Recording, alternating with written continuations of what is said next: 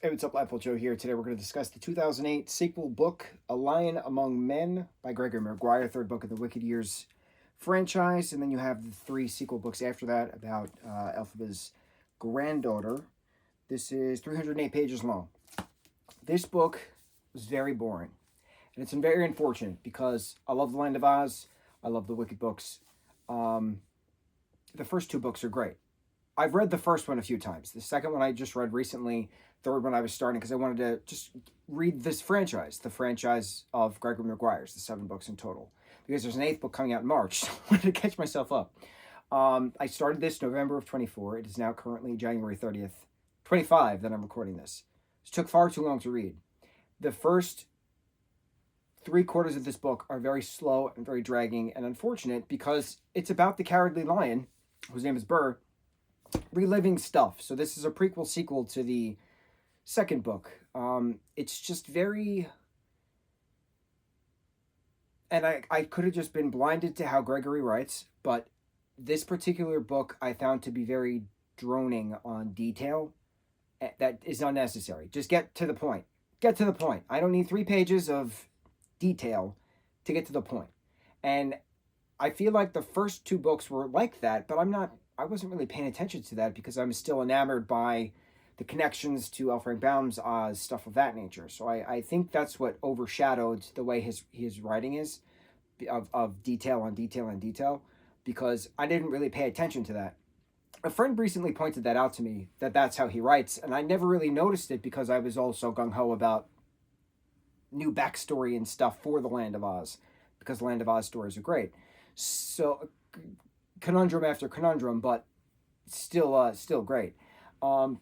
So in regards to this, Burr goes to the Manse to visit Yakel, who is planning to death, but she just can't die for some reason.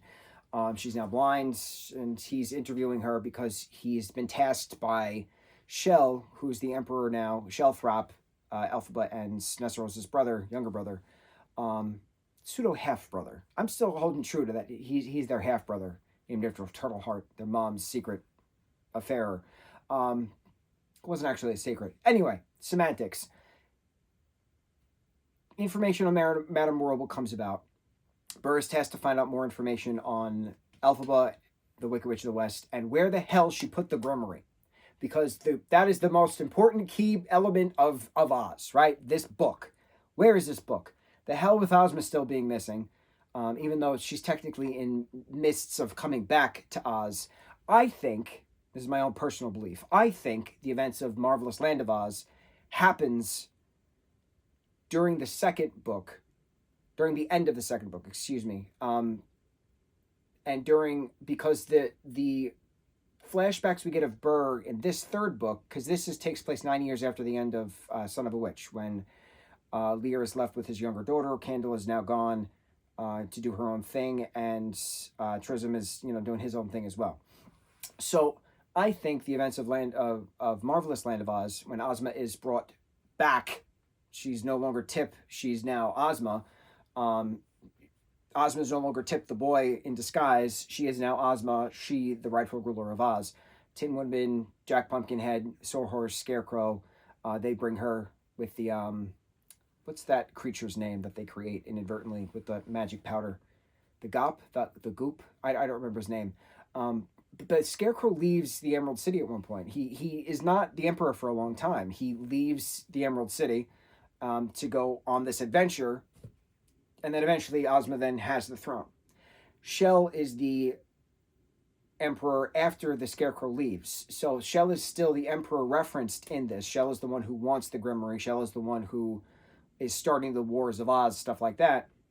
So I think that the backstory that we get of this third book is happening right after the events of the second book, when the Scarecrow is leaving the throne, finding Ozma. Shell is the emperor while they're still finding Ozma.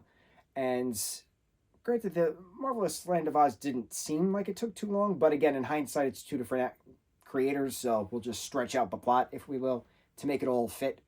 To then eventually become ruler. So I'm very curious when Ozma / if Ozma will appear in Gregory Maguire's sequel version of The Land of Oz, because he references Jack Pumpkinhead at one point in this. He says Burr sees this, straw man-like creature with, seeds coming out of his face and a gourd thing, and it's rotted and stuff, and that's Jack. That's Jack Pumpkinhead. Not named, but that's Jack Pumpkinhead. If you don't know those stories, you're not going to be like, oh my God, this is amazing. But I did one of those, oh my God, this is amazing parts, because I know that. So is Ozma ever going to be on the throne in Gregory's continuation of the Oz stories? I hope. I'm curious. Will we get Dorothy again? I hope. I'm curious. But then on the flip side of this, Dorothy is still a kid when she gets back to Oz numerous times. Now that we're talking about this out loud, Dorothy is still a kid in the 14 books of L. Frank Baum. Ozma's a kid, Dorothy's a kid. They're best kid friends. And Dorothy will visit ever so often. Her Uncle Henry and Aunt Em eventually move to the Emerald City, do their thing, and the last book is Glinda's Missing or something like that, and the whole band gets back together to find her. And yeah, now that I say these things out loud, there's no way that Ozma is going to make an appearance in the Gregory Maguire Land of Oz books, because Shell is still referenced as the Emperor. So, in regards to the Oz book, the 14 Oz books that L. Frank Baum wrote, that always have their little contradictions. At one point, you don't have to pay for anything in Oz. At another point, kids are paying for lemonade at a stand with pennies. Like, there's contradictions constantly. Why is it that Glinda can look into a mirror at one point, or Ozma can look into a mirror at one point, which is a viewing glass? We have it as screens now, to see what Dorothy's up to. And if Dorothy makes a certain hand gesture at this certain time of day, then she'll be whisked away by magic from Kansas to Oz. But then in other books, that thing doesn't exist anymore, and nobody's ever heard of it. So L. Frank Baum is known to retcon his own work throughout those 14 books. So we have to pick and choose what we want to believe. I think this is the same type of thing, because if Gregory Maguire's Oz books are the continuation of the setting of L. Frank Baum's Oz books, there's contradiction in that. Because if there's literally, and Burr the Lion is literally saying it's been 9 years since this, it's been 9 years since that. Yakel even said it's been 9 years since Lear and Kendall's kid was born. She's got to be about 8 or 9 at this point. She's probably 9 years old. So there's no way that Dorothy, the 12, 13-year-old girl in the Oz books, is still 12, 13 years old 9 years later. Or if you pull that whole other mystery bat, this is fantasy. So time in the real world is different than time in Oz. There's so many ways to pick and choose how you want to believe the stories are connected. And part of me really wants to see Ozma on that throne in these books, in Gregory's books, because she's a great ruler. But I don't think we're going to get there, because Shell is all hell-bent on war with the Munchkin Landers and stuff of that nature. So let's just call it an alternate universe Oz, because there's too many contradictions. And if we just label it as the multiverse of Oz, I think that I'll be fine.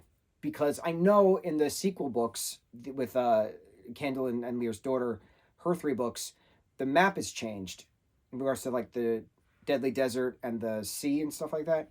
So like, how do you do that? How do you change the already canonized map that was created 120 something years ago to then not have the same type of desert between the Land of Oz and the sea, and you just got rid of the whole Gnome Kingdom and some stuff of that nature, right?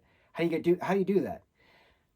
So I don't think I can be fully concerned anymore about those changes, because this is not the same Oz.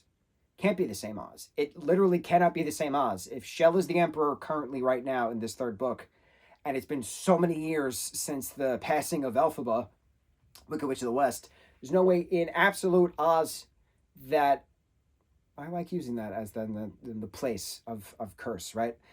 There's no way in Oz that, I think I'm going to use that from now on too. No way in Oz Dorothy is still a kid in the same universe that Lear and Kendall's kid is also 9 years old. It doesn't work. It doesn't work. Okay. now that we've talked that out, the first three quarters of the book are very slow, very dragging. Eventually, we get to where Yakel is from. Yakel is actually from the Grimmery. We learn what happened to Nor, that she changed her name to Eleonora. All these different things happened to her after she was, taken, and she's the last daughter of Fiyero, and her half brother Lear is still looking for her. So they were mentioning. So we're talking about that. We're talking about the taking, the detainments, the watching her family pass away. That was a whole thing. But she's been working with Mr. Boss or something like that, one of the dwarves who runs the Time Dragon, which is this traveling show that happens to come about the Mont, where Burr happens to be interviewing Yakel right before the war happens, and it's revealed that Nor is Eleonora, and Yakel is bringing up these things up. So it's a big reunion thing, and then it's revealed, the Time Dragon reveals that Yakel is actually from the Grimmery, and Shadow Puppet, the glass cat that Burr has, which is a nod to Bungle the Glass Cat in the 7th Oz book, Patrick Earl of Oz, who are not related, not the same cat, just they both happen to be glass cats in the land of Oz. So be it. Shadow Puppet, whose name is Grommet something, or Grommatic was the TikTok creature, but what was Grandma? I don't remember this cat's name, but he's also from the book, and he was one of the spies of the Emperor, and he's the reason why Fiyero died. Stuff. We get flashbacks to Fiyero and his diamond tattoos, like stuff. So there's a lot of hardcore stuff in regards to these reveals, and I'm like, why did it take so long to get to this part?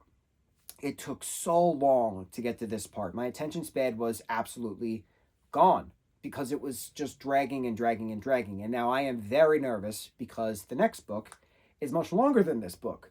In regards to audiobook timing, this book was 12 hours. The next book is 18 hours. I'm nervous, but I'm hoping we get through it because I have other stuff I want to read. There's other stuff I want to listen to. I've been on this audiobook thing for a few months now. I just find it more convenient if you're trying to read and do something at the same time. You can't. So if you listen and do something at the same time, much better for those of us who have attention problems. So I'm concerned about the dragging on of detail, but I'm not concerned about the integration of L. Frank Baum Oz to Gregory Maguire Oz, because they're obviously two different multiverses, two different universes in one large Oz multiverse. So, third book in the Wicked franchise, A Lion Among Men by Gregory Maguire, came out in 2008. Except for those reveals at the end.